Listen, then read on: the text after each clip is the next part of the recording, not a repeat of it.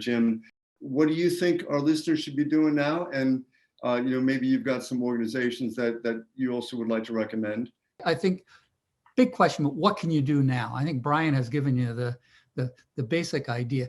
First, you got to find out what's happening in your state. If you've learned nothing else from this, you realize that redistricting and gerrymandering is a state by state issue. We live in the United States where each state decides how they end up putting people into office. And so even though we're going to talk a little bit about that For the People Act, because Congress can set some bounds on how that's done, it's still the states that decide it.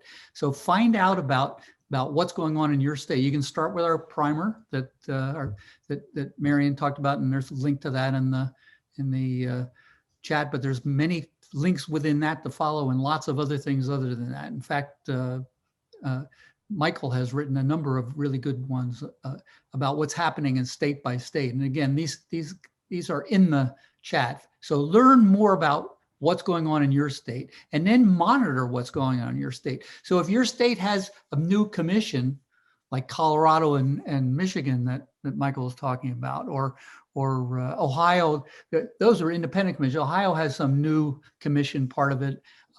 New York has an advisory commission this year. Find out what those are, and then once you familiarize them and what their workings are, follow them, see what's going on, follow their progress. They'll be in the newspaper, what's going, attend their meetings. Transparency is only useful if when the public is invited to come and listen to what the politicians are doing, the public comes. You're the public. You're the ones that can come out and ask questions, and especially in this accelerated time frame where we're going to get census data later than we thought. Instead of March, it looks like it's going to be late August. They're going to be pushing through this very quickly. So arm yourself so you're ready to go on that.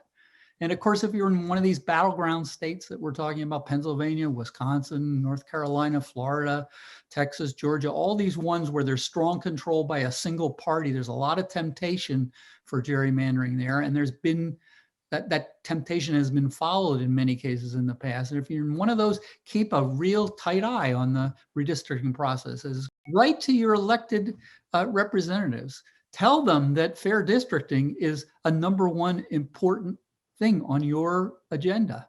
They're representing you, and instead of that dirty deed that Brian's talking about, say, I don't want that dirty deed. I want fair representation, and I want fair maps that are there. And then finally, the For the People Act, we'll talk about that in a little bit. If you're not in a state that happens to have these particular issues right now, that doesn't mean you're off the hook, because there's right now in Congress, so Schumer is talking about bringing to a vote For the People by the end of this month. It's coming up right now. Familiarize yourself what's in that, not just about gerrymandering, but all kinds of voting right things, but in particular gerrymandering, if that's what you're interested in. And again, write to your senators and tell them what you think. So in terms of organizations, so there are national organizations that have local chapters, things like that Fair Maps that has individual, there's a Fair Maps in Pennsylvania. And I thought, Brian, actually that One Virginia originally was a Fair Maps Virginia, and it morphed into that. Maybe I'm not right about that. So we did it for the campaign. We had to create a separate C4 to run the Vote Yes campaign, but our kind of brand overall was One Virginia 2021. And I guess we're going to need to change at least the last part of that.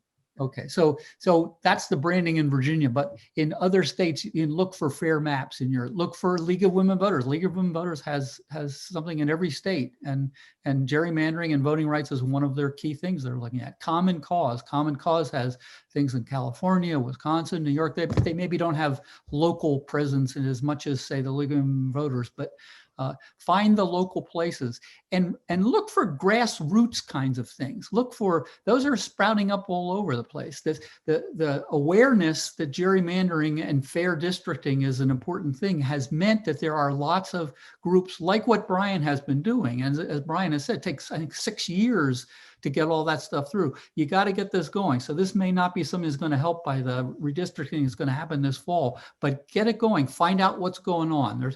I recommend reading a book by David Daley called Unrigged that talks about how people have done this, how people in states where people say you can't change it at all really got together and did that. And then finally, there's the national organizations too. There's the Brennan Center for Justice that Alicia and Michael are from that have a whole bevy of resources. Support them. All in the line. Eric Holder, who was Obama's Attorney General, has made this his cause célèbre coming out, and he's pushing that. So follow them, support them. There's lots you can do. Get involved, I guess, is the key.